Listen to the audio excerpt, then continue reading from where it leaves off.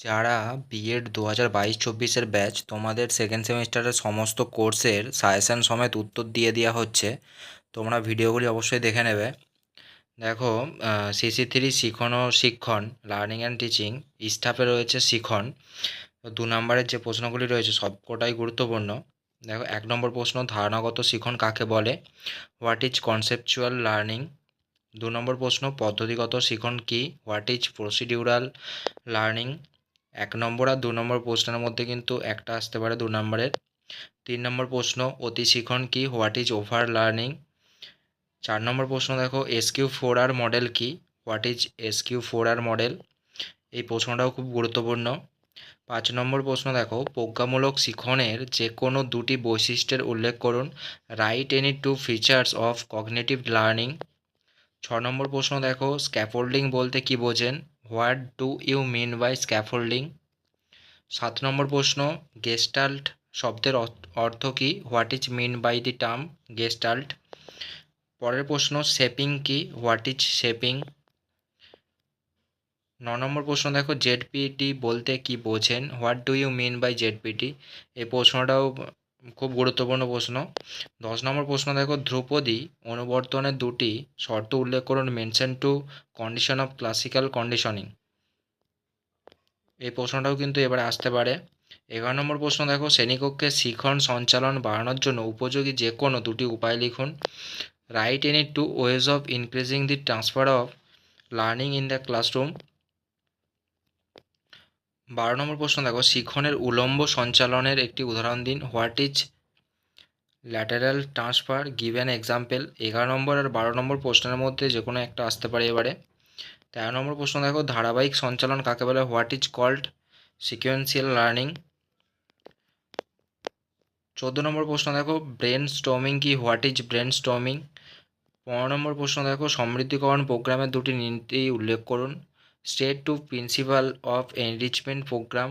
16 নম্বর প্রশ্ন, অভ্যন্তরীণ পেশনা কি? What is intrinsic motivation. 17 নম্বর প্রশ্ন দেখো, সহযোগিতামূলক শিখনের যে কোনো দুটি গুরুত্ব লিখুন। এই প্রশ্নটা এবারে খুবই গুরুত্বপূর্ণ। Write any two importance of cooperative learning. 17টি প্রশ্ন সিলেক্ট করা হয়েছে, তোমরা ধীরে ধীরে এগুলো পড়তে থাকো, এখান থেকেই কিন্তু 100% কমন আসবে। 5 নম্বর প্রশ্ন দেখো, 1 নম্বর প্রশ্ন, স্মরণ প্রক্রিয়ার উপাদানগুলি সম্পর্কে সংক্ষিপ্ত বর্ণনা দিন। Briefly describe the factors of remembering. 2 নম্বর প্রশ্ন দেখো, বিস্মৃতির কারণগুলি বর্ণনা করুন। Discuss about the causes of forgetting. 1 নম্বর 2 নম্বর প্রশ্নের মধ্যে দুটোই গুরুত্বপূর্ণ, এর মধ্যে যে কোনো কিন্তু একটা আসবেই এবারে। 3 নম্বর প্রশ্ন দেখো, প্রেরণা সঞ্চারে শিক্ষকের ভূমিকা উল্লেখ করুন। Mention the role of teacher in transmission of motivation. 4 নম্বর প্রশ্ন, থর্নডাইকের শিক্ষণের মূল সূত্রগুলির শিক্ষাগত তাৎপর্য সংক্ষেপে আলোচনা করুন। Discuss briefly the educational implication of Thorndike's major laws of learning. এই প্রশ্নটাও গুরুত্বপূর্ণ। 5 নম্বর প্রশ্ন, কার্ল রজার্সের আত্মবোধ তত্ত্বটির মূলনীতিগুলি লিখুন। Write down the principal of self concept theory of Carl Rogers. 4 নম্বর 5 নম্বর প্রশ্নের মধ্যে যে কোনো একটা আসতে পারে 5 নম্বরের।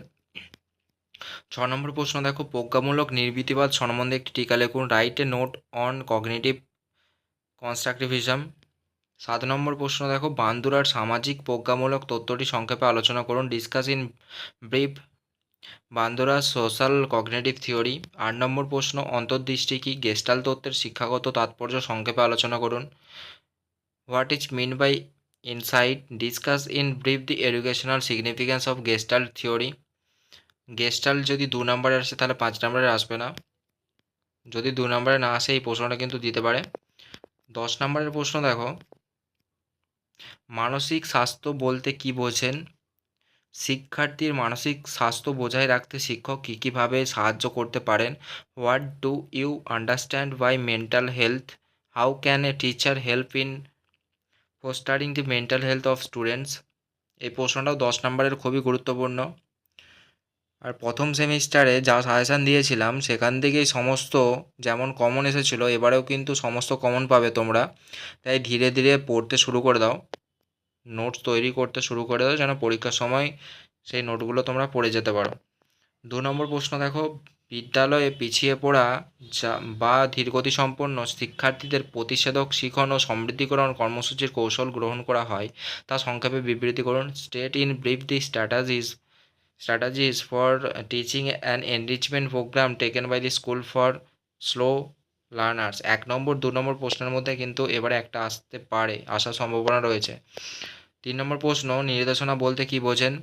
শিক্ষার নির্দেশনার প্রয়োজনীয়তা সংক্ষেপে আলোচনা করুন। What do you mean by guidance? Discuss in brief the necessity of guidance in education. 4 নম্বর প্রশ্ন, শিক্ষণ সঞ্চালন বৃত্তির কৌশলগুলি বর্ণনা করুন। Write the methods of enhancing the transfer of learning. এই প্রশ্নটা 5 নম্বরেরও আসে, এই প্রশ্নটা 5 নম্বর না আসলে 10 নম্বরের আসবে। আশা করি তোমরা 4টের মধ্যে কিন্তু 10 নম্বরের কমন পেয়ে যাবে। আর যতগুলো প্রশ্ন দিয়েছি এখান থেকে সমস্ত কমন পাবে। সমস্ত তোমরা নোট তৈরি করে রাখো, পরীক্ষার সময় যেন এগুলো পড়ে যেতে পারো তোমরা। আর ভিডিওটি যদি ভালো লেগে থাকে অবশ্যই সাবস্ক্রাইব অ্যান্ড লাইক দেবে।